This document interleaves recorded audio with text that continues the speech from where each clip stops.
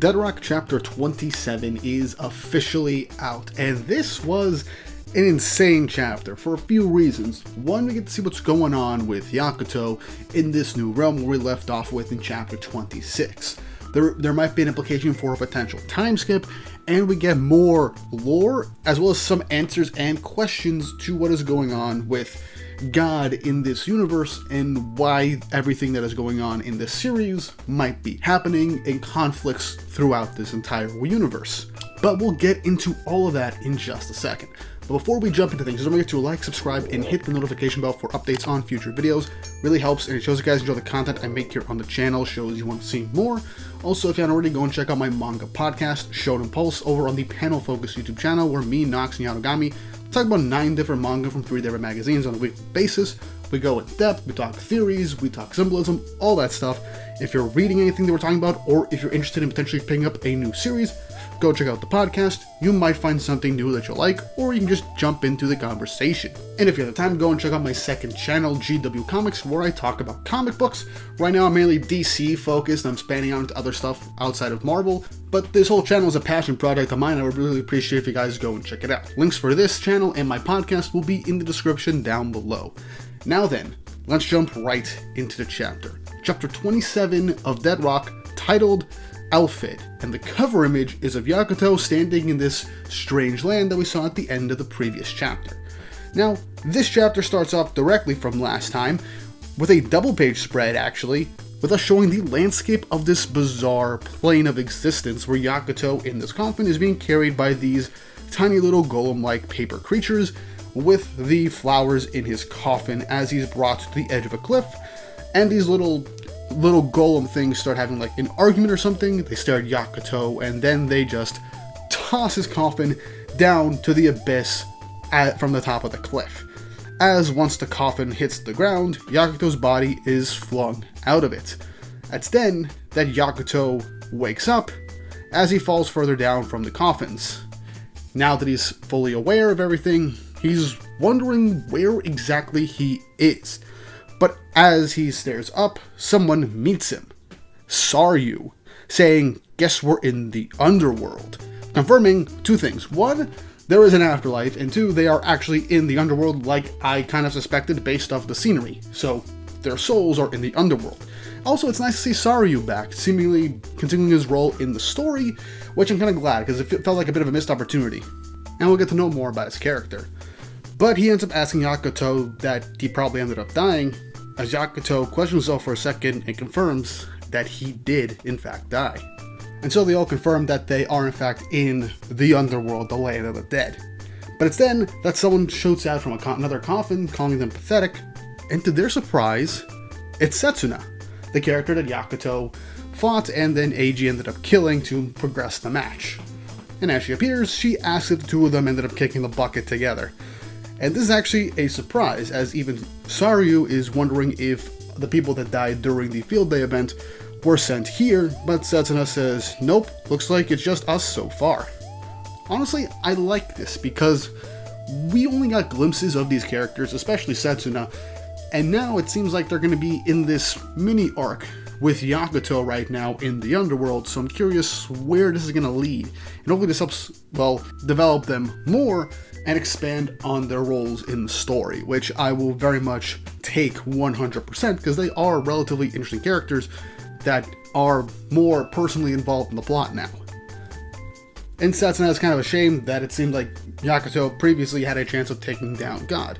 But then something occurs to Yakuto. If they're in the land of the dead, he's wondering if his parents might be there too, but it's said that it's unlikely. Setsuna said that she went to look for Yuri as well, but couldn't find her childhood friend that died after going completely insane.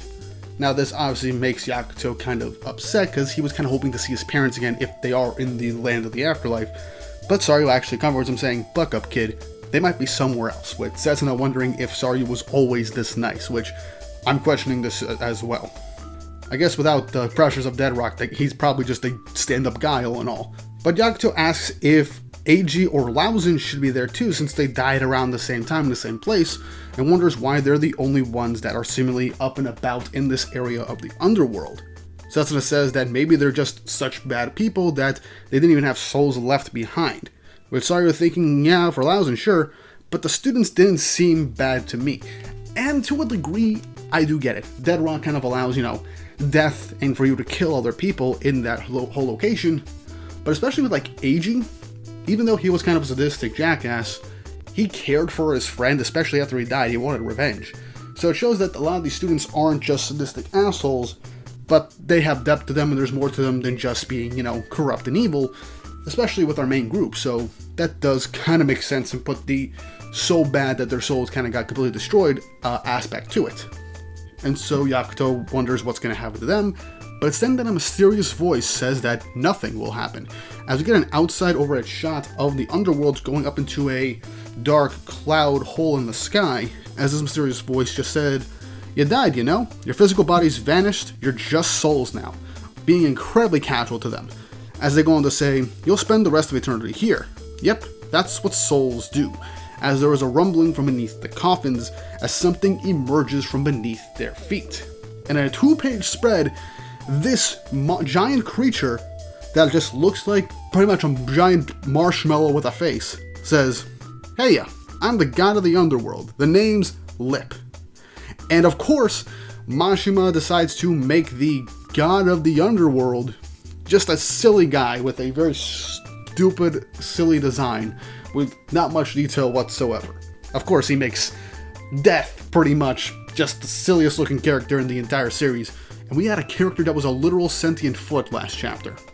Now, when Yakuto heard him say that he is the god of the underworld, he questions himself calling himself a god, as Lip ends up laughing a bit, saying, "You guys are from Dead Rock, right?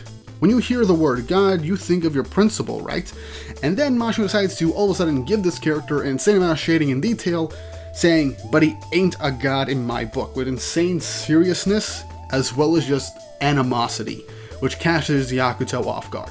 Mashima loves doing this very, very detailed artwork with just the thick brush strokes for certain characters, especially here in Dead Rock now, when they get serious or they're just filled with absolute rage.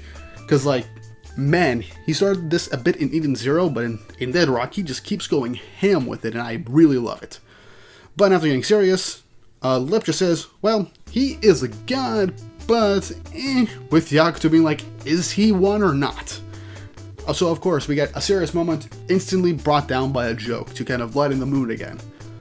It's then that Lip says that there are tons of gods out there, and they all say different stuff, as Yakuto comes to the realization that there are multiple gods in their universe seemingly, like Lip saying that he is a god, and so is your principal. As he then reveals God's true name, Elfid, we get a full page showcasing him, and he seems more, I want to say, honest looking in comparison to how he looks now, as apparently his name is Elfid.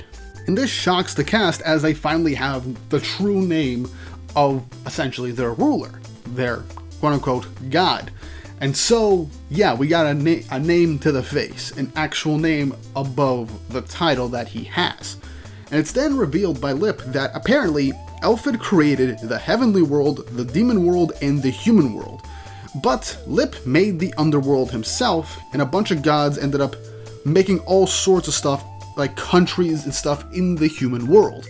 So we basically just got the creation myth, origin story of this universe, where Elfid basically created the 3 main realms, with Lip, who is the god of death, creating the underworld for all the souls of the dead, and then a bunch of other different gods were in this universe, just filled out the world. Which, very clean, brisk, and brief origin story of this universe, which honestly we didn't really need anything too detailed, so I'm glad we at least got that out of the way. And it does confirm that he is technically the god of this universe, since he created 3 separate realms that seemingly go on almost infinitely, and Lip ends up creating the underworld. So it's nice to get that out of the way. This also shows that Mashima isn't planning on revealing anything too much about this universe later down the road, since he did in fact plan for Dead Rock to be relatively short in comparison to all his other series, so it makes sense. Yakuto asks why Lip is telling them all this, and he says that you're all suspicious of Elfid, or you hate him, right? The same goes for me. So he has a vendetta against Elfid, saying that apparently Elfid is trying to destroy the Underworld, and that he used to be such a good guy, and he wonders what happened.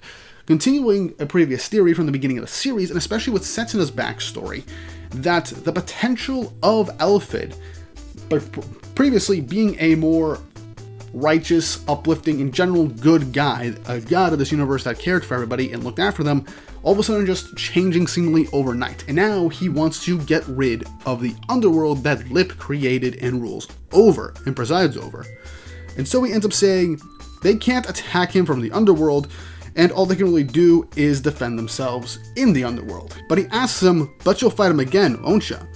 As Setsuna ends up asking if he can just bring them back to life. But he says no, that'd be way too good to be true, which kind of annoys her, with Yakuto asking, what do you want us to do then? As he says, I can't bring you back to life, but I can reincarnate you in the human world, which catches everyone off guard, as he begins to explain the process of reincarnation, saying that there's a portal to the demon world in the human world. You have to find it, then go back to the demon world, so that you can kill Elfid. In the Underworld, I decide which souls reincarnate into the human world. As they say, reincarnation, isn't that a little too good to be true as well? As even he's kind of caught off guard by this as well. As he also explains that in order to do the reincarnation and go through the portal, you need to work in the Underworld for 100 years to earn 2 keys. Saying that he'll give the first key to them for free under these special circumstances, but they still gotta work 100 years so they can get the second one. And that the portal is off in the distance behind him that they can see. But it is going to be tough, and right now they can only open up half of the portal. But Yakuto says, can't we still just go through the portal even though it's just half open? As apparently Lip didn't think of that. He's like, oh crap, you're right. As they're like, so we can just head through the portal and reincarnate, even though it seems that it's less effective or something. He didn't explain why. Now their plan is to just immediately go and reincarnate in the human world and fill out that plan so they can go back to the demon world. But it's then that one of Lip's own henchmen says that there's trouble, saying that Elfid is already starting to destroy the Underworld, which shocks everyone, as he is starting to erase everything, as it's now turning into a blanket black nothingness, as the entirety of the Underworld is beginning to disappear. And in a 2-page spread, we see Elfid up in the sky shining like a star, as the Underworld begins to disappear and disintegrate, going into the dark void. As he proclaims, the dead must stay dead. Giving them a new life through reincarnation violates my principles. Telling Lip to come out, and so that they can end this today. Now, before I go any further, I do want to say this, because I probably should have said this when they were talking about the reincarnation, but I am of 2 minds of this. One, I was kind of hoping, like I said in the previous chapter, there would be like a mini arc where Yakuto would have to earn his second chance, and that seemed like that's what we were going for at the start of this chapter. But then with the reveal, oh, you need 2 keys to really fully go, but half the portal's open so they can still go anyway, just feels like Masha being like, I said I would keep this series short, and I don't want to make this too long. So I'm just right in like a loophole for these characters to get out of here in this instance. So I can kind of forgive that, especially considering the fact that this might lead to a time skip because, as you all know, reincarnation works a couple of ways depending on the series and the writer. For all we know, these characters, once they get reincarnated, they could end up just living human lives, starting off as humans, and eventually either regaining their memories or have their memories from the jump, and they'll probably be like, okay, I gotta slowly age myself back up so that I can regain my strength and then go look for that portal to the demon world so I can go take out the guy that killed me. We can do that and make that a time skip. That way when Yakuto inevitably returns to his friends in Dead Rock, they will be older, they will be stronger, and he could potentially be stronger as well, especially if his powers do more or less, most likely, stay with him once he reincarnates as a human. So that will be definitely interesting to see the process of reincarnation. Either that, or once they pass the gate, they'll immediately just stay the same, they'll just be humanized to just turn into humans. In that instance, with keeping their abilities as well. I'm more on the side that they'll be reincarnated and start new lives over again. That way they could train themselves up over time, and then we can get an excuse for a time skip. But that's just me. Was this earned? I feel like we could have milked Yakuto being dead in the Underworld for another 2 to 3 more chapters at least. before just jumping back to Dead Rock. I do hope we jump back to Dead Rock after this whole Underworld reincarnation thing is done and focus more on Frey, have her be the secondary MC for a bit. Focus on their side of the story before fully going back to Yakuto. But I kind of get it, he's the MC, you kind of want the story to progress with him as well. So I can kind of see that. I just wish we kind of stayed away from him for a few chapters before jumping to this section. By the way, I'm okay with reincarnation stuff. I do hope it's handled in a way that doesn't feel unearned. But anyway, back to the chapter. Since Alfred is there, they're wondering what to do, and Yakuto is incredibly pissed off, as it seems like he probably does want to try and fight him, but Lip holds him back, saying you can't beat him as he is now.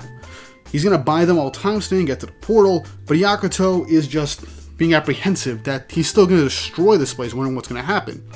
As if this place is destroyed, the souls of the dead will have nowhere to go, and nobody will be able to reincarnate anymore. Lip jumps up, saying go to the portal at the end of the path, as he goes off to seemingly fight Alfred and defend his realm. And so Saryu grabs Yakuto as they run with Setsuna across the collapsing bridge towards the portal to the human world. As they all begin running, the pathway catches up to them, and Yakuto begins to fall from the bridge. As he seemingly begins to fall to his death, at the end of the chapter, in another 2-page spread, he is saved by the soul of Hein. As Yakuto is shocked to see him, with Hein just saying that it's been a long time. As the chapter ends. So not only are the characters that just died in the previous arc still technically alive since they are in the underworld and being sent for reincarnation, but Hein is still around with his soul seemingly in the area, either waiting for Yakuto or he was working for that 100 years, and as Lip decided to give him the ability to potentially reincarnate in the human world. So that is something very interesting. It's been like 16 chapters since his death, so I am definitely curious to see how this is going to play out, as Hein is definitely a lot more friendly towards Yakuto. He definitely had a lot of time to think about things after he bit the dust, so to speak. But yeah, I do see people complaining that, oh, Mashima couldn't keep a character dead for too long, he couldn't keep all these characters dead, he couldn't keep his MC dead, yada yada yada. And I can get that. I do understand that. I was expecting something to be like that for Dead Rock, but at the same time, with the laws of this universe being explained, I'm not too mad at it, especially considering the fact that while I was okay with Hein dying, I was disappointed that we didn't really get to see anything much from him, not much development, and not much in terms of showcasing what he can do.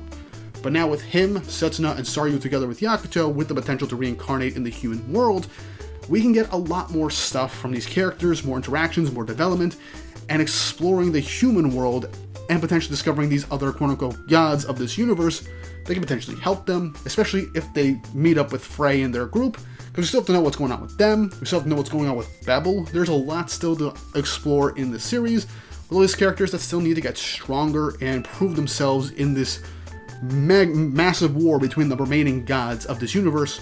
I don't know if Lip's going to be destroyed against Alfred, but that's neither here or there.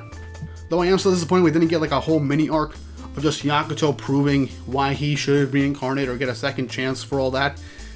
But it is what it is. Let's see how this part of the story like leaves off before I give full criticism of this decision.